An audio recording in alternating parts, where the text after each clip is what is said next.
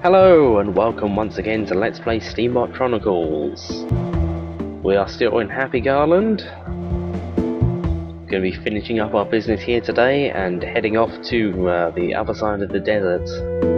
That's our end goal, but right now we got side quests.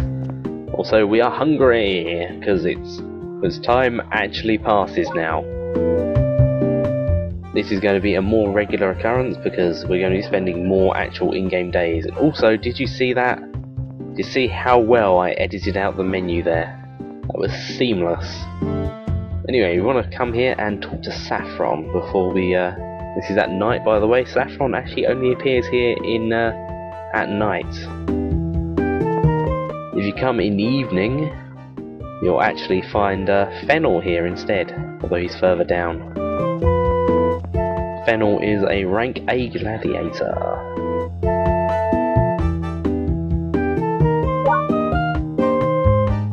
I don't know what this guy's deal is. Because you're king of the Trotmobiles or whatever. Now here's a closer look at some of the pictures here. They're just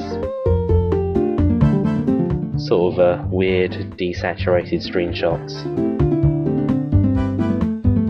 Not sure where they're supposed to be. That's interesting, to be honest.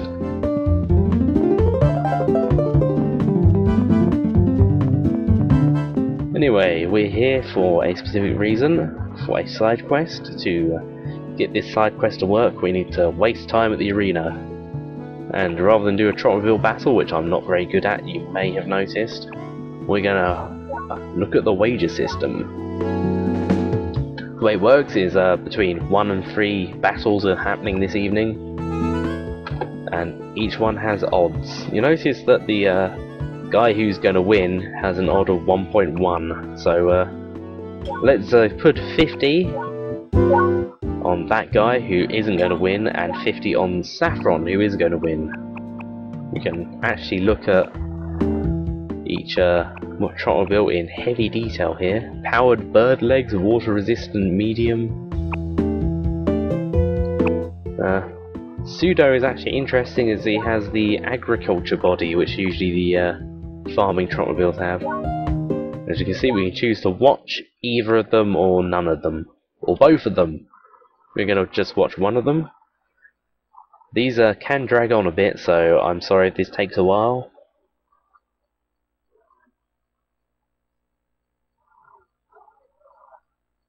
Get him!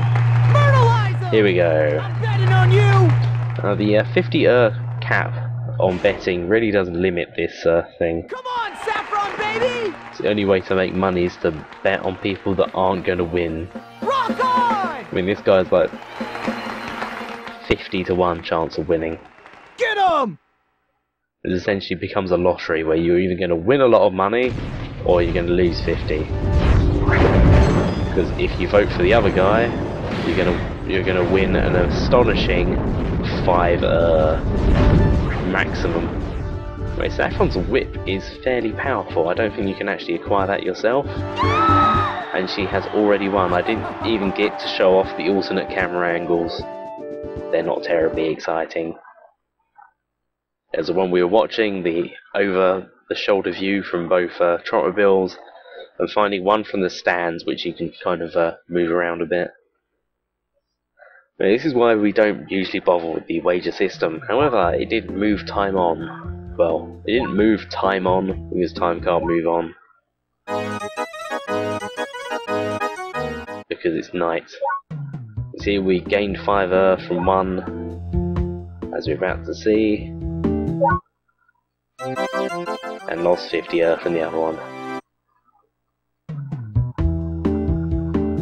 If you could bet a lot more, then it could be a good way of making money, I suppose.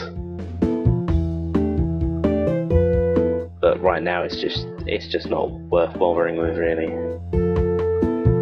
If by some miracle the one that you've bet 50 on has a really low odds and wins, you've made a bunch of money, but that's not very predictable or repeatable or anything. I think it's just... I don't know, I saw Fennel fighting Pseudo earlier, and even though he was 1-to-1 to win, he only won by a sliver. Anyway, here we are outside the GTW factory. after finishing our business at the arena. It's closed now, and here is that friendly woman. Walking between the arena and the factory. She doesn't actually come out of the arena. This confused me for a bit. All the guides say that she comes out of the arena, but no, she doesn't appear until you enter South Happy Garland across the bridge. When I say across the bridge, it's more across the road.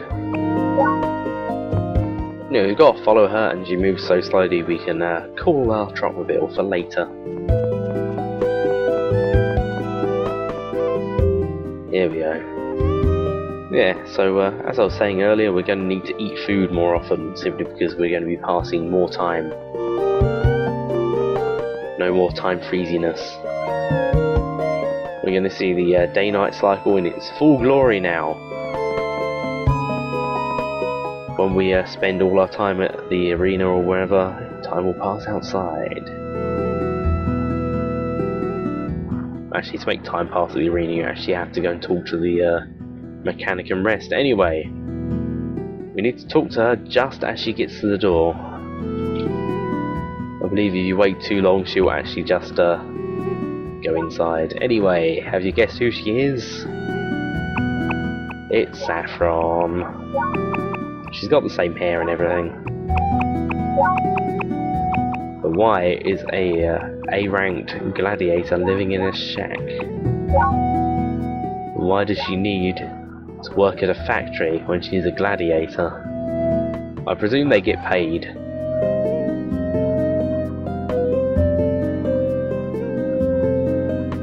Her real name is Bisque.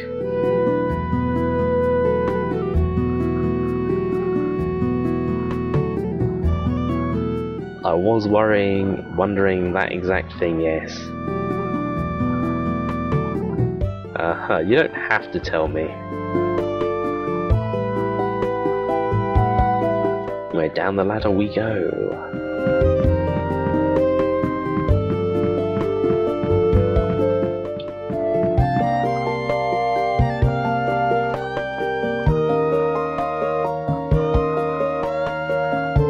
Bisque and Ricky. Ricky and Bisque.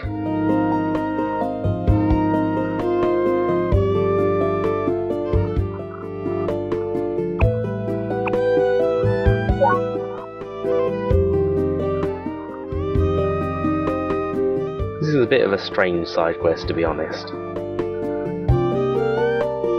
mean, there's no actual indication in the game that, you know, Saffron is that important enough to have a side quest, but she is. She's very important.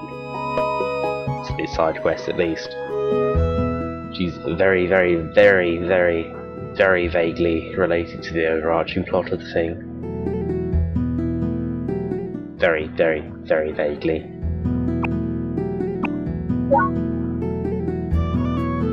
Well, our prize for this is the Mars Grill.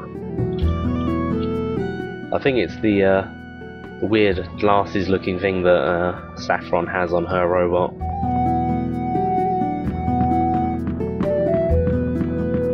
It's not terribly exciting, and it's not,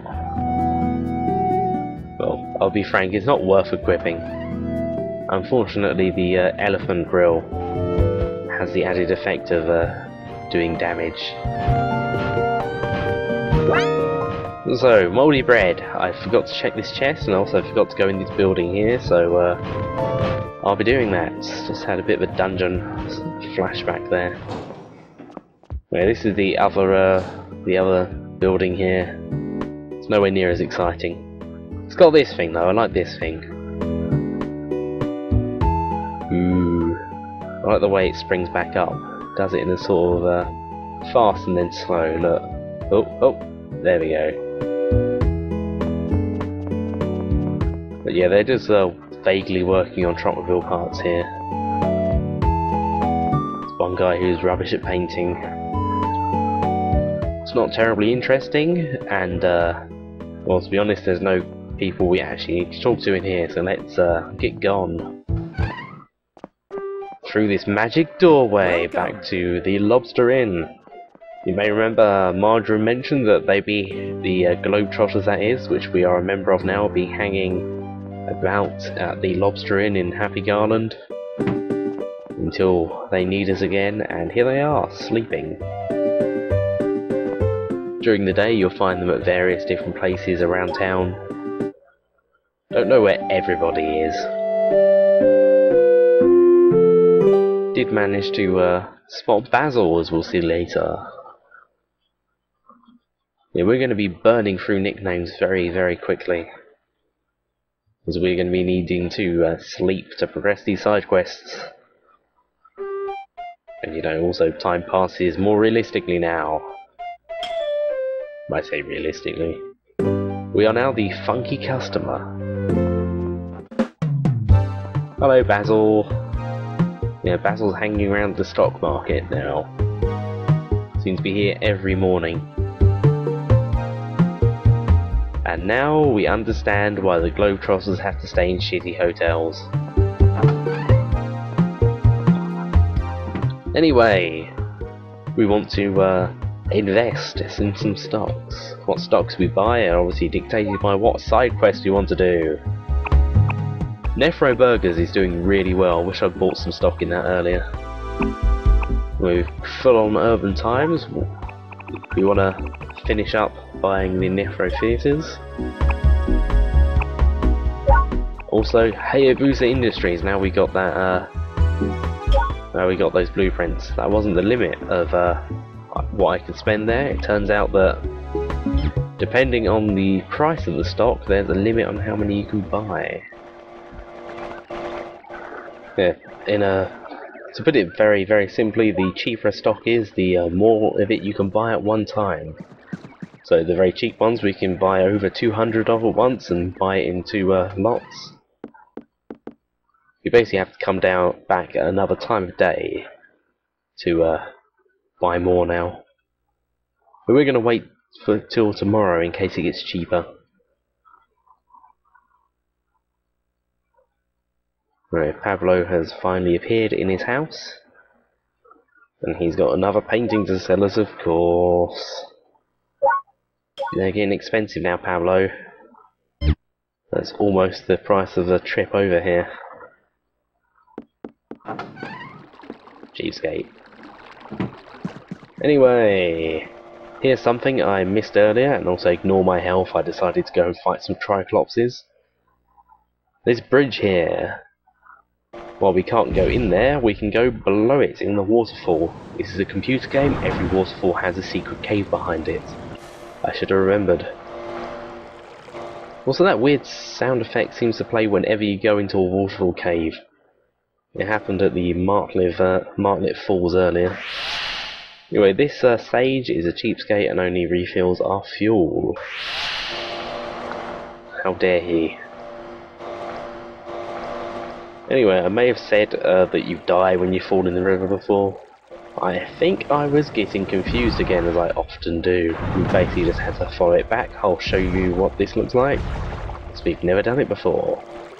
Yeah, I thought without the waterproof body you died in this water, but it's not deep enough. I don't actually believe there's any water in the game that's deep enough to kill you.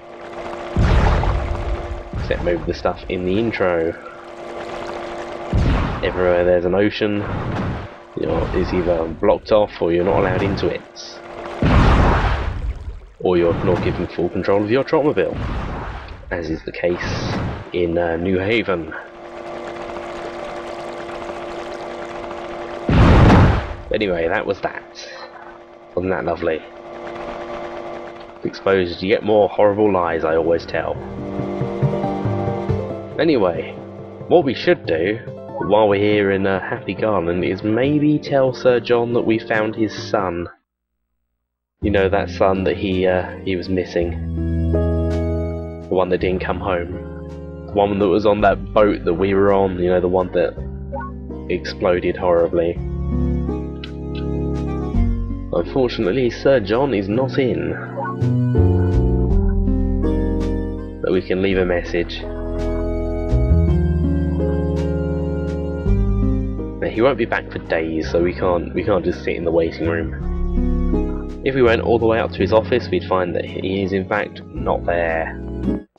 It's much easier to just talk to the receptionist on the first floor. Anyway, over here is where we want to go. Saffron's side quest is not quite over, we've got to come back the next day. Also, this is a place we could have talked to her before. Now we know that she's Saffron. She'll tell us she's on her way to the arena. She won't actually go there until it is night though. Right, we want to pick up some steel beams for business in Nefroberg, in fact. We'll just load them up, we're going to have them with us for the next couple of episodes. Anyway, back to the shack. Let's head downstairs, check up on Ricky, that lovable scamp.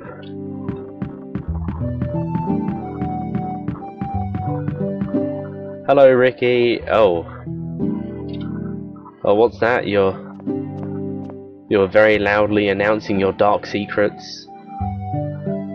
You know, just to yourself in general. How unfortunate that Vanilla was coming down that ladder at that time.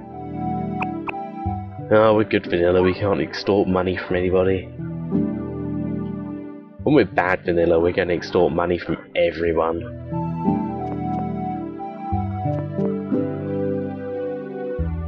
Up we go. Yeah, that's the last we'll be seeing of Ricky. He's gone now. And he's taken all the money. Yeah, we're not going to sugarcoat this. Aha. Right.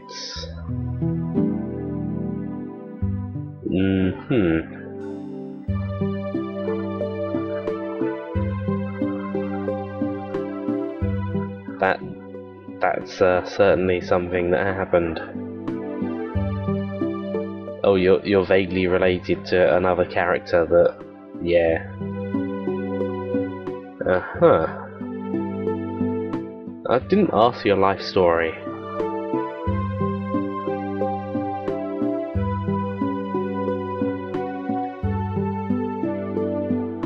Okay then.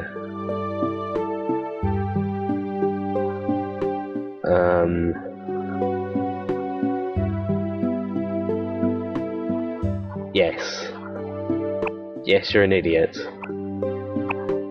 A complete and utter raving lunatic. I don't think he's coming back. I don't think he's ever coming back. That's not what I wanted to do. Anyway, that's our main motivation for doing this side quest. We get the saffron plates.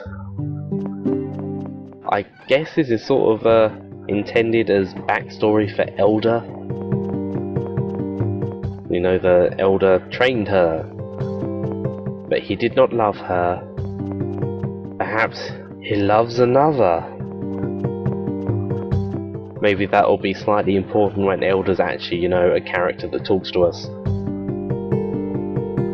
in cutscenes. So far all he's done is walk around mysteriously and hang around the arena. Anyway, that's enough for today. Yeah, I very much prefer sleeping in hotels to just sleeping at service stations, because we have the option to buy lobsters and not have to navigate the menu and fill Vanilla up with desert bread every time. By the way, once we actually get back to Fort Raven, we're going to be buying a lot of jerky and a lot of bread simply because it's so much quicker. We are racking up those stock dividends. Oh, the Funky Bunyan, of course. Because of his haircut and his terrible feet. No, that's not the reason. We got the buzzsaw, which is presumably originally intended for logging.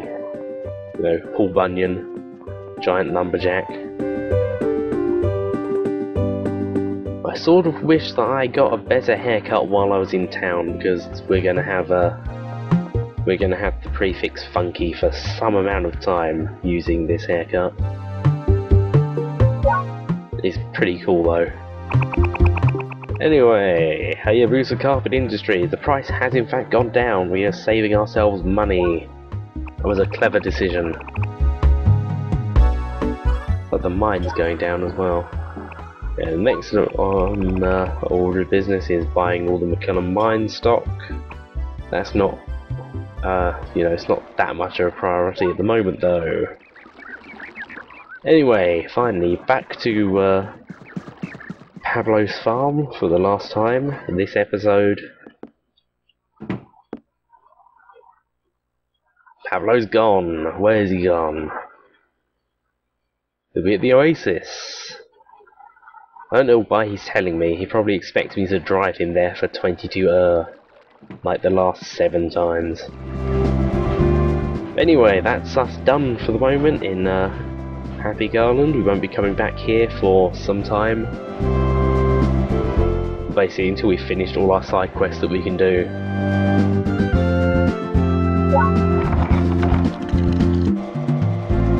Until then, I'm back to Alcazar de Condor and the deserts, and eventually the fort, then the hill, and then Nephroburg. Also, Pablo is not waiting for us. He actually went ahead and went somewhere on his own. That is amazing. Anyway, let's beat up these guys. So, my improved method for fighting these people involves using... Oh, that was not very clever. Okay, I didn't show it off very well, but if you do jumping attacks, you do more damage for the same durability, I think. Or at the very least, it makes it very easy to avoid their attacks. Just keep jumping around them. Or dodge out of the way and use the thrusting boost attack, which doesn't cost durability. Also, you may notice that I've got a massive drill on my front now. That was in fact something that I made. Yeah, combining the I think the light grill with the drill arm gives you the drill grill. Its thing is that it does damage when you do the charging attack.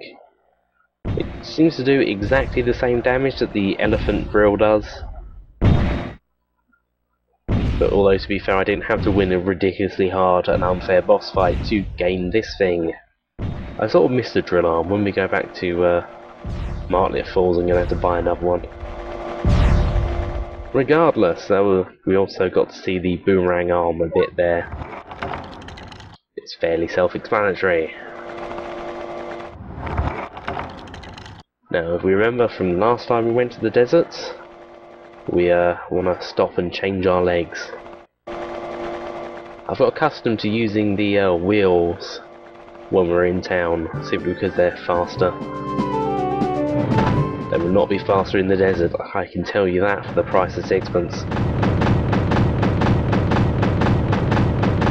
One thing you miss with the wheels is the stompiness.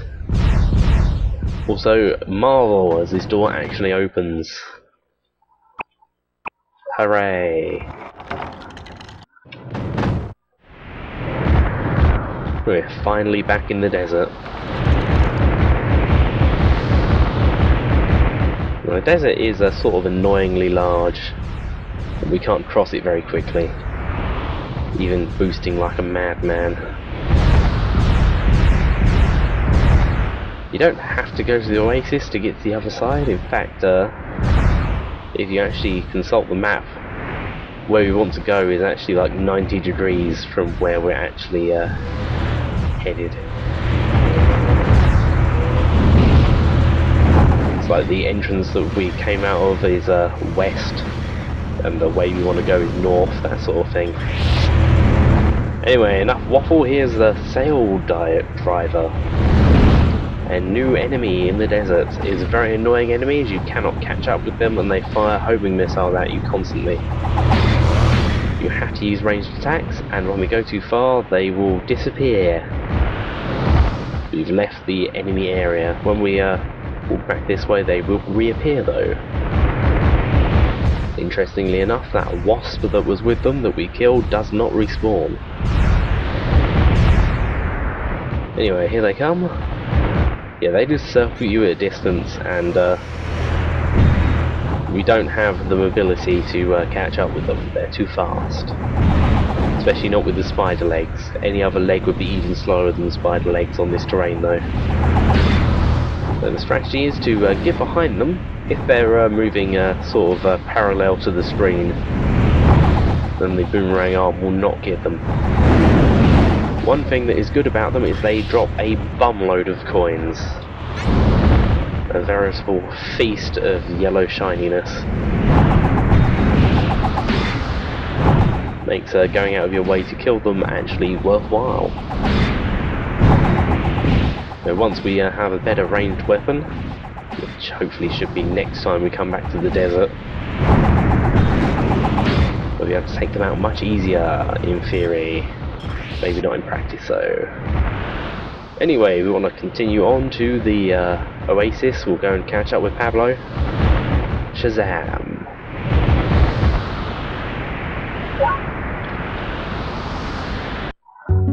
Wonder if you have yet another painting to sell us. Hello!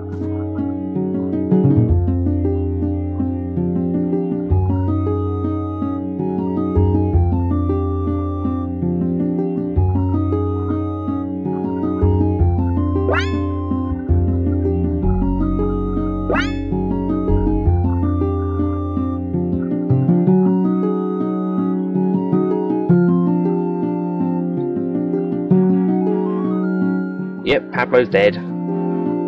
No, you didn't miss anything. You were paying perfect attention. Pablo has just died of unexplained causes, and now we're wearing his hat.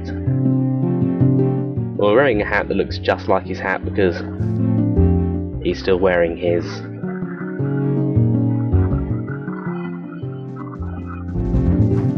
Yeah, that is something that happened. Pablo's side quest is over now. Well, almost over. We've got to go and give that hat to his mother, and then we'll get the plate, but we're not going back there for a while. We're going to have to be travelling between Martlet Falls and Nephroburg over and over and over later on, so we might as well save it till then. But yeah, he died. Maybe the desert was too much for him. Maybe he should have got somebody to give him a lift. Anyway, this is why we don't use the wheels in the desert. Jesus Christ.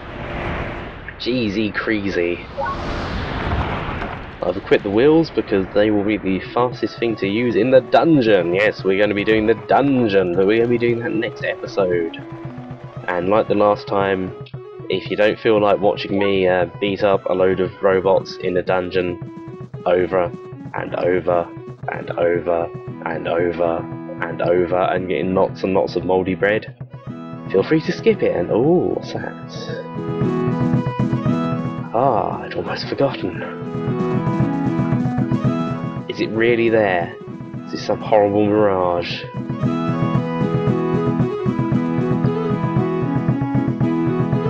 There it is. The bicycle. We finally got it. Hooray! Whee! Whee! Yeah! Yep, it was just waiting there all this time for us, this whole time. Even though I rode it during the video, you have to ride it to make it actually appear near your Trotmobile in game. I neglected to do it when I came back after I died to Dudley, well, lost to Dudley, and was so ashamed that I had to restart. But yeah, there's the bicycle. Would have been really useful during the rest of the game. But it's here now. See you next time. Bye.